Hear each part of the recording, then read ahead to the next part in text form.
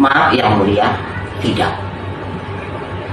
Mungkin majelis hakim ini karena jarang menemukan terdakwa ketika ditanya menyesal atau bahkan tidak. Biasanya terdakwa kan rata-rata mengatakan akan menyesal. Namun ketika saya ditanya seperti itu, saya katakan tidak. Akhirnya majelis hakim kembali bertanya, kenapa tidak? Lalu saya katakan, izin yang mulia, bahwa segala sesuatu yang telah saya pelajari dan saya yakini bahwa itu adalah kebenaran. Penjara bukan hal yang menakutkan, bahkan kematian saya rindukan.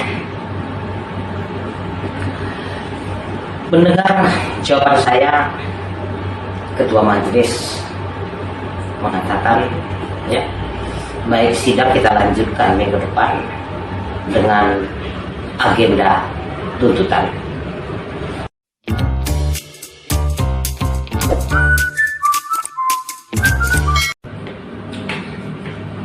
Selamat pagi.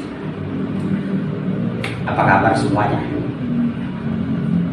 Tetap sehat, karena itu yang utama. Saya akan melanjutkan kisah nyata saya, apa yang saya alami ketika saya menjadi tersangka, terdakwa, dan akhirnya menjadi terpidana dalam perkara Undang-Undang ITE.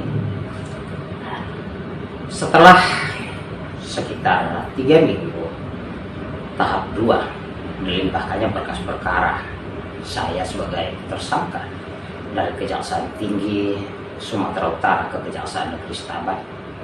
Akhirnya perkara tersebut mulai disidangkan di Pengadilan Negeri Setabat.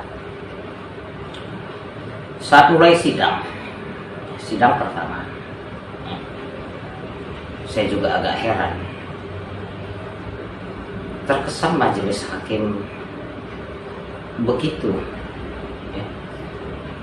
memperlihatkan rasa tidak sukanya kepada saya.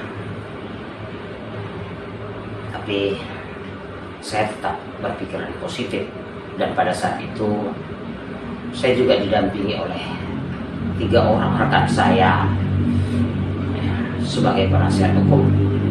Salah satunya adalah abang anda almarhum Ahmad Yumi Nasution SH, yang kemarin saat podcast dengan Mas Buya saya katakan bahwa Ahmad Yumi Nasution SH ini kantornya pernah menjadi tempat belajar, walau hanya seminggu, belajar hukum oleh Rasman Arif Nasution. Dalam persidangan, ketika pemeriksaan saksi-saksi disebabkan teman-teman atau rekan saya penasihat hukum ini juga kurang memahami, tidak menguasai Undang-Undang ITE, makanya sayalah yang posisi sebagai terdakwa lebih banyak bertanya kepada para saksi. Saksi yang diajukan oleh jaksa penuntut umum, saya kenal semuanya, dan keterangan mereka di persidangan berkaitan dengan yang didakwakan kepada saya itu berbelit-belit. Ada hal yang saya pertahankan pada saat itu, bahwa Facebook saya pada saat itu pengaturannya bukan bersifat publik, tapi pengaturannya di situ yang dapat melihat apa yang saya posting di Facebook adalah teman. Bahkan saya menghadirkan salah seorang saksi yang merupakan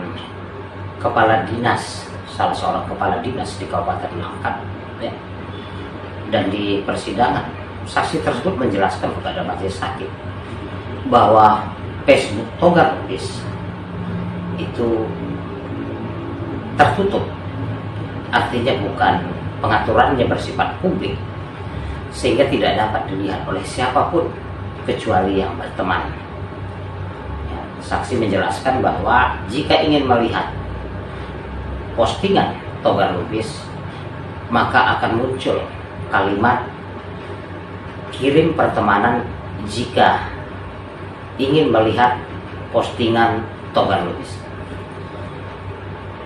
Saksi ini juga menjelaskan kepada majelis hakim bahwa Facebook saksi tersebut juga sama dengan Facebook saya, yaitu sama-sama bersifat tertutup dan bukan publik.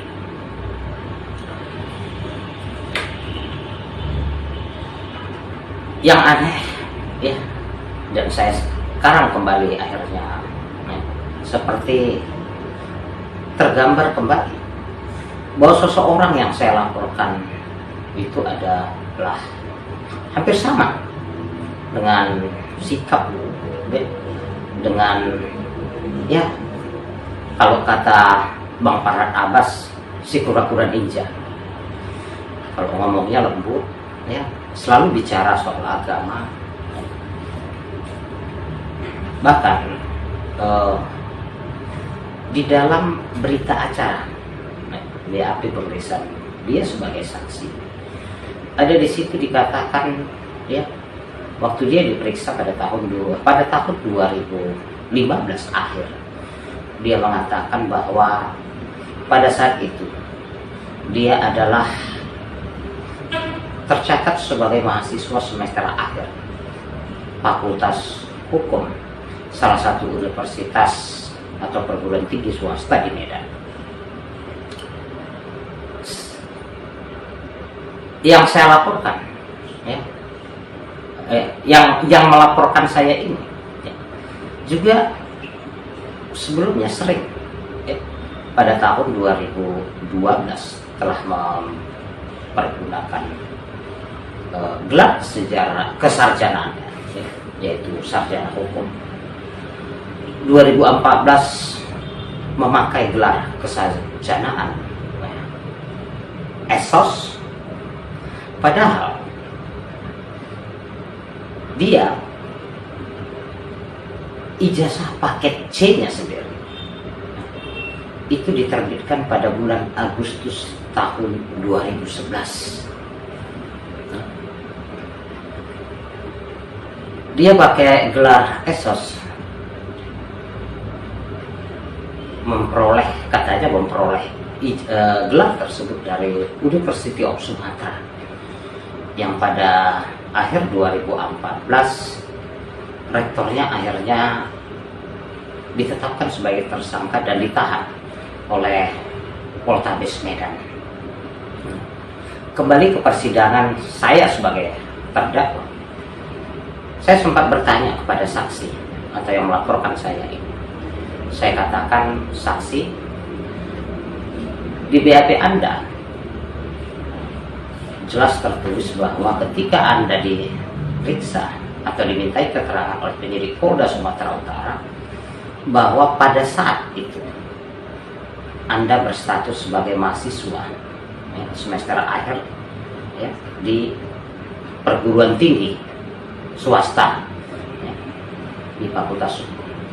Ya, saya nggak akan sebutkan nama perguruan tingginya. Apakah ini benar? Dia katakan benar. Lalu saya lanjutkan. Sebelumnya pada tahun 2014 akhir, Anda juga ya, sudah mempergunakan gelar kesarjanaan sarjana ya, sosial. Apakah itu benar? Benar. Artinya saksi ada 2 kali di perguruan tinggi yang berbeda mengikuti perkuliahan. Lalu dia dikatakan benar. Oke, saya akan bertanya kepada Anda, dan pertanyaan saya bukan tentang materi perkuliahan. coba Anda, ya, karena Anda dua kali kuliah di dua perguruan tinggi yang berbeda menurut pengakuan Anda. Coba Anda sebutkan apa kepanjangan KRS. Si saksi diam, ya, lalu mengatakan, saya lupa itu. Lalu saya kembali bertanya, ya, Anda mengatakan dan mengakui dua kali, ya, kuliah di perguruan tinggi yang berbeda. Oke, saya tidak akan bertanya, ya, terlalu jauh tentang persoalan kuliah. Tapi yang namanya mahasiswa, ya, semua mahasiswa, ya, itu dia memiliki nomor sambung. Maka saya tidak akan bertanya kepada Anda tentang nomor induk registrasi mahasiswa. Yang saya tanya kepada Anda hanya nomor induk mahasiswa. Tolong Anda sebutkan yang sekarang Anda mengakui adalah, ya, sedang berada di semester akhir Fakultas Hukum. Jadi yang saya tanya adalah nomor induk mahasiswa, bukan nomor induk registrasi mahasiswa, ya, yang tercatat di Kopertis. Saksi ini juga hanya diam. Lalu saya desak kembali dan dia menjawab, ya, dengan enteng, itu pun saya lupa. Hampir sama, ya, hampir sama dengan yang sekarang, ya, dikatakan oleh Bang Farhan, si kura-kura ninja, ya. Akhirnya sampailah persidangan ini kepada pemeriksaan saya sebagai terdakwa. Atas pertanyaan jaksa dan majelis hakim serta penasihat hukum, saya jelaskan yang pada intinya bahwa Facebook saya, ya, bersifat tertutup, dan apa yang saya lakukan memposting itu adalah bentuk, ya, keinginan saya agar kawan-kawan yang berteman dengan saya tidak mengalami hal yang sama dengan warga, ya, yang tanahnya dijualkan oleh oknum LSM tersebut. Sampai akhirnya agenda pada pemeriksaan, ya, pemeriksaan saya di penghujung, dan majelis hakim itu bertanya, apakah saudara terdakwa menyesal? Pada saat itu saya katakan secara tegas, maaf yang mulia, tidak. Mungkin majelis hakim ini karena jarang menemukan terdakwa ketika ditanya menyesal apakah tidak, ya, biasanya terdakwa kan rata-rata mengatakan akan menyesal. Namun ketika saya, ya, ditanya seperti itu, saya katakan tidak. Akhirnya majelis hakim kembali bertanya, kenapa tidak? Lalu saya katakan, izin yang mulia, bahwa segala sesuatu yang telah saya pelajari dan saya yakini bahwa itu adalah kebenaran. Penjara bukan hal yang menakutkan, bahkan kematian saya rindukan. Mendengar jawaban saya, ketua majelis mengatakan, ya, baik, sidang kita lanjutkan minggu depan dengan agenda tuntutan.